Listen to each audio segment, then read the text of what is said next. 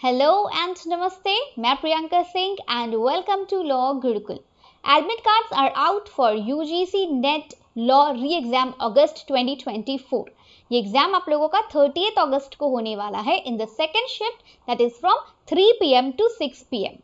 ये एग्जाम फिर से ऑनलाइन मोड पर शिफ्ट हो गया है। तो एग्जाम पेपर आपको किस तरह से अटेम्प्ट करना है, what should be your time management, और एग्जाम के टाइम पर ऐसी कौन सी बेसिक माइनर बट इंपॉर्टेंट चीजें हैं जो आपको ध्यान में रखनी है to clear your JRF in this August attempt.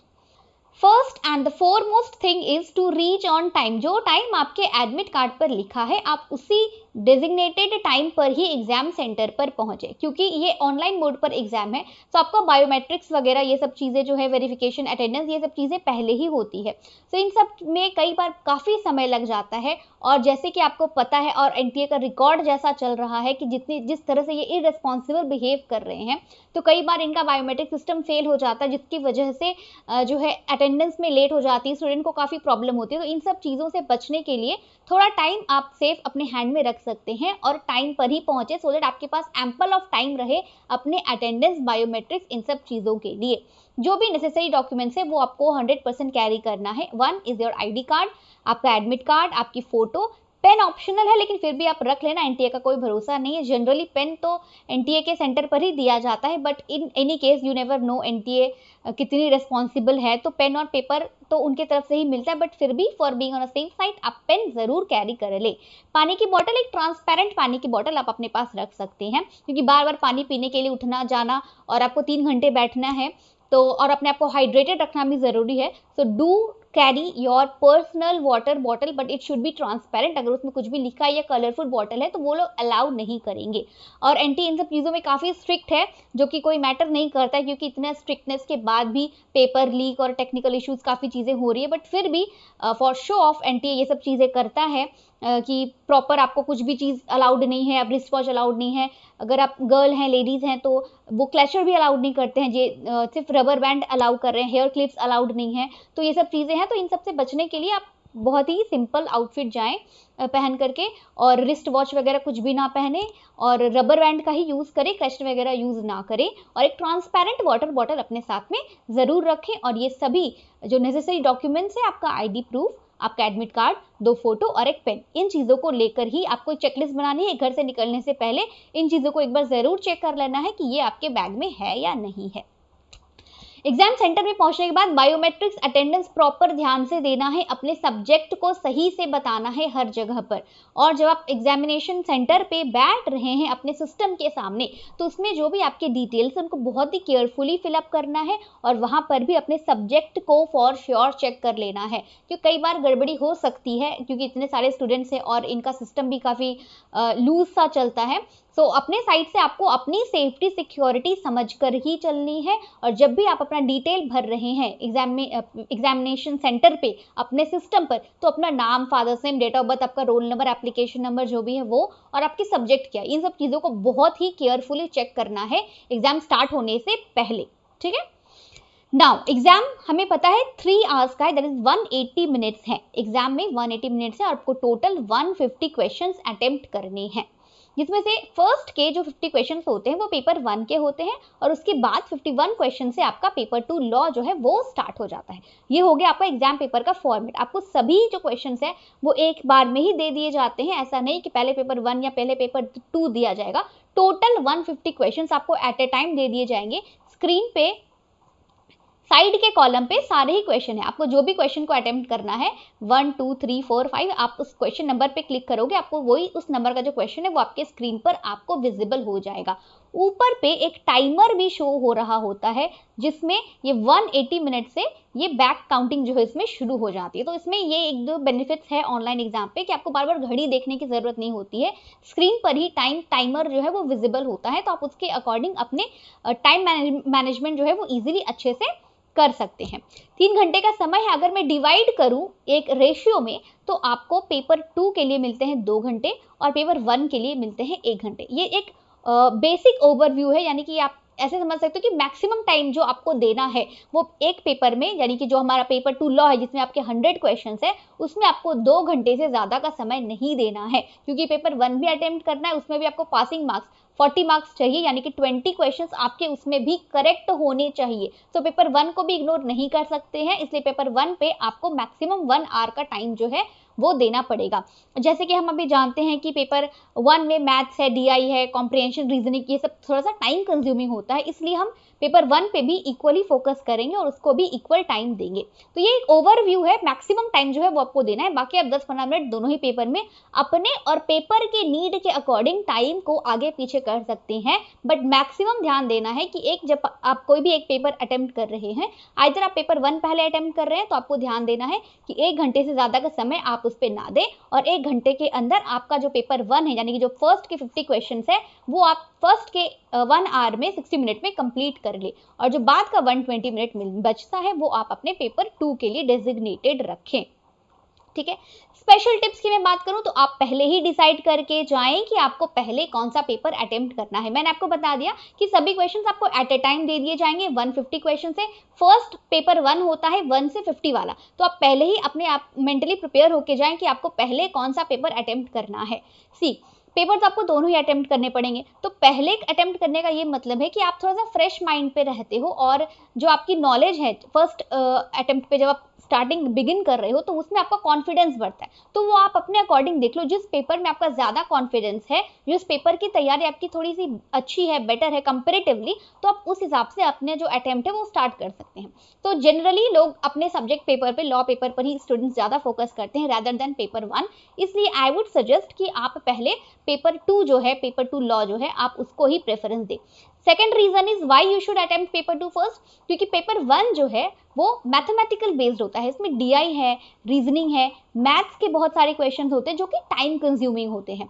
तो अगर आप मैथ्स और इन सब में ज्यादा टाइम लगा दोगे तो आपका जो मेन पेपर है, पेपर 2 जो है, सब जो आपका सब्जेक्ट पेपर है, ये उसको अफेक्ट कर सकता है कहीं ना कहीं, क्योंकि लास्ट मोमेंट पे आपको थोड़ा सा रश होता है, हो सकता है आप उतना अपनी नॉलेज को प्रैक्टिकली अप्लाई न कर पाए क्वेश्चन पेपर में। तो इसलिए इन सब चीजों से बचने के लिए आप पहले पेपर 2 लॉ को अटेम्प्ट करें, फिर मैथ्स वगैरह में आपको लास्ट में जितना टाइम लगाना है, जो बचा टाइम वो सारा आप पेपर 1 पे इजिली लगा सकते हैं और अपने आप को मेंटली रिलैक्स्ड भी रख सकते हैं, अगर आपका मेन पेपर जो है वो अच्छे से आपने अटेम्प्ट कर लिया है। तो पेपर 2 लॉ में जैसे कि मैक्सिमम बताया हमने 2 आवर से ज्यादा आपको नहीं देना है, क्योंकि दोनों में ही आपको टाइम तो देना ही पड़ेगा। तो मैक्सिमम टाइम आपको 2 घंटे देने हैं पेपर 2 लॉ के लिए, यानी कि जब आपका 180 मिनट का टाइमर स्टार्ट हो जाता है, उसके बाद से लास्ट के जो 60 मिनट बचते हैं, तो आप ध्यान देना कि आप उस टाइम पर पेपर 1 पे, यानी कि 1 से जो 50 वाले क्वेश्चन है उनको आप सॉल्व कर रहे हो। ठीक है, ये टाइमर पर हमेशा फोकस करना है, आइदर फॉर पेपर 1 और फॉर पेपर 2 ऑल्सो, दोनों की ही मैं बात कर रही हूँ। जब भी आप पेपर कर रहे हैं, एक पेपर खत्म हो रहा है, तो ध्यान देंगे कि जो पेपर 2 लॉ है वो आपका 180 मिनट्स में से आउट ऑफ 120 मिनट में ही आपका वो पेपर कंप्लीट हो जाना चाहिए, और लास्ट के 60 मिनट्स आपको पेपर 1 को देने हैं। रफ शीट्स का यूज करें, रफ शीट आपको सेंटर पर दिया जाता है, जैसे जो भी सीक्वेंस वाले क्वेश्चन हो गए, जो चीजों को हमने न्यूमेरिक्स के थ्रू याद कर रखा है, तो उन सब चीजों को आप रफ शीट में लिख करके उसको इजीली थोड़ा सा आप अप्लाई कर सकते हैं, क्वेश्चन में आप अटेम्प्ट मार्क कर सकते हैं। रिव्यू का ऑप्शन होता है, मार्क फॉर रिव्यू एक ऑप्शन होता है, उसमें मार्क फॉर रिव्यू लिखा रहता है ना। आपने क्वेश्चन पेपर अटेम्प्ट किया है, ओके है या फिर करेक्ट है नहीं करेक्ट है, इसके सबमिट करना है नहीं करना है, तो उसके लिए ऑप्शंस होते हैं। तो एक ऑप्शन होता है इसमें रिव्यू वाला, उसको यूज कर लेंगे। मार्क फॉर रिव्यू, यानी आपने अटेम्प्ट तो कर दिया उस क्वेश्चन को, उसके आपको मार्क्स मिलेंगे, लेकिन आपने फिर भी उसको रिव्यू में डाला हुआ है, यानी कि हो सकता है कि आप कंफ्यूज है, आपको एक दो ऑप्शंस में थोड़ी सी कंफ्यूजन हो रही है, आप उसको थोड़ा सा लेट में, अभी आपको नहीं समझ आ रहा, आप थोड़ा सा उस क्वेश्चन पर और टाइम देना चाहते हैं, तो उसको आप अटेम्प्ट कर लो, यानी कि मार्क तो कर दो आप ABCD में से, आप उसके करेक्ट ऑप्शन को चूज कर लो और उसके बाद उसको उसमें टिक कर दो आप मार्क फॉर रिव्यू, यानी कि आप उसको एंड में एक बार रिव्यू करोगे, चेक करोगे, हो सकता है आपको याद आ जाए या उसका हिंट आपको दूसरे किसी क्वेश्चन में मिल जाए या कुछ भी हो सकता है। तो उसके लिए फॉर अ सेफ साइड अगर डाउट है तो आप उसको रिव्यू में रख सकते हो, क्योंकि रिव्यू में रखने के बाद भी, अटेम्प्ट करने के बाद, करेक्ट आंसर चूज करने के बाद अगर आप उसको रिव्यू में रखते हैं तो उसके आपको मार्क्स मिलेंगे, लेकिन अगर आपने अटेम्प्ट किया बिना उसको रिव्यू में रखा है तो उसके आपको मार्क्स नहीं मिलेंगे। इसलिए मैं कह रही हूँ कि जब आपको थोड़ा सा डाउट हो रहा है तो आपको जो नियरेस्ट ऑप्शन लग रहा है उसको आप टिक कर लो, फिर उसको रिव्यू में मार्क कर दो, सो दैट आप एंड में जो भी आपको लास्ट के 5-10 मिनट बचते हैं उसमें आप अपने रिव्यू वाले क्वेश्चन को एक बार वापस से चेक कर लो और डिसाइड कर लो कि आपका फाइनल आंसर उसके लिए क्या होना चाहिए। तो ये हो गया हमारा पेपर 2 आपको किस तरह से करना है। Now coming to the paper 1 जो कि जनरल पेपर है, इसमें आपको मैक्सिमम 1 आवर का टाइम देना है।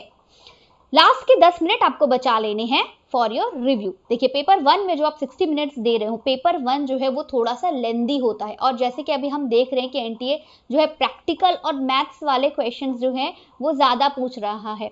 डीआई भी काफ़ी लेंदी है, उसमें जो मैथ्स वाला क्वेश्चंस है वो भी ज़्यादा, आईसीटी में भी ये लोग न्यूमेरिक वाले क्वेश्चंस पूछ ले रहे हैं, तो न्यूमेरिक्स अब इनको ज़्यादा अच्छा लग रहा है। इसमें भी ये लोग सीक्वेंस वाले क्वेश्चंस पूछ ले रहे हैं, इसको भी अरेंज करने के हिसाब से पूछ लेते हैं कि इनको सीक्वेंस में अरेंज करो, क्रोनोलॉजी में अरेंज करो। इसकी वजह से क्या है कि 2 ही मार्क्स है, लेकिन उसमें टाइम जो है वो थोड़ा सा ज़्यादा लग जाता है पेपर 1 में, क्योंकि मैथ्स है, उसमें आप कैलकुलेशन करनी है, 4 ऑप्शंस दिए आपको, चारों को कैलकुलेट तो करना ही पड़ेगा, तो इन सब में थोड़ा सा टाइम जाता है। इसलिए जनरली क्या होता है कि पेपर 1 जो है पूरा लोग नहीं अटेम्प्ट कर पाते हैं, बट फिर भी ध्यान रखना है कि ये सब चीज़ों को आप कैसे टैकल करेंगे, थोड़ी सी अपनी स्पीड बढ़ानी है। रीडिंग कॉम्प्रिहेंशन होता है, उसमें जो पैसेज है वो काफ़ी बड़े बड़े दे दिए जाते हैं। जब आप ऑनलाइन कर रहे हो तो उस पेपर पेज को स्क्रॉल करना पड़ता है, जिसमें भी काफ़ी टाइम जाता है। तो ऑनलाइन यानी स्क्रीन पर आपकी रीडिंग कैपेसिटी कितनी क्या है, ये उस पर भी डिपेंड कर रहा है कि आप कितना टाइम लगा रहे हो आंसर को करेक्ट चूज करने में। तो इन सब चीज़ों पर आपको फोकस करना है कि स्क्रीन पर जो रीडिंग टाइम है वो आपकी सही होनी चाहिए, स्पीड होनी चाहिए कि आप स्क्रीन पर जो रीडिंग कॉम्प्रिहेंशन है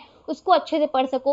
मैथ्स वाले जो क्वेश्चंस है उनमें आपकी स्पीड होनी चाहिए, प्रैक्टिस ज़्यादा करके, कि उन टाइप के क्वेश्चंस को आप फटाफट से फॉर्मूलाज अप्लाई करके मैथ्स वाले क्वेश्चंस को भी सही से अटेम्प्ट कर सको और विद इन द टाइम आप अपने क्वेश्चन पेपर को कंप्लीट कर सकें। लास्ट के 10 मिनट ट्राई करेंगे कि दोनों ही पेपर से 5-5 मिनट बचा लो और रिव्यू के लिए रखो। जब हम ऑनलाइन मोड पर पेपर दे रहे तो हमारे पास ये बेनिफिट होता है कि हमें वो ओएमआर शीट पर ऐसे गोल गोल करने में जो इतना टाइम जाता है वो टाइम इस पे नहीं जाता है, वो कंप्लीट पूरा टाइम आपको जो है मिलता है अपने पेपर को रीड करने में, पेपर को सॉल्व करने में। इसलिए 10 मिनट आप ट्राई करना कि बचा लो, जिसको आप रिव्यू में जो है उसमें लास्ट मिनट में आप जो क्वेश्चंस रिव्यू कर सको, जो जिसको आपने मार्क कर रखा है डाउटफुल क्वेश्चंस में, उनको आप जो है एक बार चेक कर सकते हैं in the remaining last 10 minutes. Now करना क्या है, स्टे काम। जितना आप काम एंड कॉन्फिडेंट रहेंगे आपका पेपर उतना ही ज़्यादा अच्छा जाएगा। जनरली क्या होता है कि पेपर जो है एग्जाम सेंटर पे माइंड में जो है वो स्थिर नहीं रह पाता है, और हम कई बार जो चीज़ें हमने पढ़ी है हम उसको भी सही नहीं कर पाते हैं। तो ये चीज़ तो ध्यान में रखनी है कि कंप्लीट पेपर जो है ऐसा मक्खन जैसा नहीं आएगा कि सारी चीज़ें आपको पता होगी। बी कॉन्फिडेंट कि जितना आपको पता है एटलीस्ट उतना तो आप सही मार्क करके आओ। ऐसा नहीं होना चाहिए कि जो आपने चीज़ें पढ़ी है उससे रिलेटेड अगर कोई क्वेश्चन आ रहा है तो वो आपका गलत हो जाए। तो ये चीज़ कैसे होगी, अगर आप काम और कॉन्फिडेंट नहीं रहोगे, इस पर नहीं ध्यान देना है कि जो क्वेश्चन हमारा गलत हो गया, या कई बार ऐसे क्वेश्चन कोई ऐसे स्टेटमेंट आ जाता है जूरिस्प्रूडेंस का, या कोई ऐसा केस लॉ आ जाता है जो आपने नहीं देखा पढ़ा है, तो उन सबको देख करके जो नेगेटिव जोन पे नहीं चले जाना है कि अरे यार ये तो मुझे पता ही नहीं है, तो मुझे आता ही नहीं है, तो ये मतलब अब पेपर टफ है, मेरा मार्क्स नहीं आएगा। तो ये सब चीज़ें जो नेगेटिव जोन है उस पर नहीं जाना है। कॉन्फिडेंट रहना है कि चलो ठीक है ये मुझे नहीं आता तो हो सकता है बहुतों को नहीं आता होगा। ऑब्वियस सी बात है कि सब सारी चीज़ें पढ़ के जाना तो पॉसिबल भी नहीं है, तो 1-2 क्वेश्चन ऐसे आएंगे, तो आप मेंटली ऐसे भी प्रिपेयर रहना कि कुछ क्वेश्चंस ऐसे ही आएंगे जो बिल्कुल बाउंसर जाएंगे, तो उनको डक करना है और आगे बढ़ जाना है। उनको लेकर के टेंशन स्ट्रेस में और नेगेटिव जोन में नहीं जाना, जिसका जो असर है वो आपके आगे की परफॉर्मेंस पर पड़ेगा। इसलिए कॉन्फिडेंट रहना है, काम रहना है। क्वेश्चन नहीं आ रहा है कोई बात नहीं, आप उसमें एजुकेशनल गेस कर सकते हो, एलिमिनेशन मेथड अप्लाई कर सकते हो, इन सब के थ्रू आप उस क्वेश्चन को अटेम्प्ट करें और आगे की तरफ बढ़े, तो जिससे जो चीज़ें आपको पढ़ी है, जो चीज़ें आपने पढ़ी है, जो आपको पता है, उनको आप सही तरीके से उनका आंसर जो है वो कर सको। So best of luck to all of you. जाइए एग्जाम दीजिए और एग्जाम के बाद मुझे कमेंट बॉक्स पर जरूर बताना कि आपका एग्जाम कैसा गया। Thank you for watching the video. Please subscribe the channel, like the video, share the video. Thank you.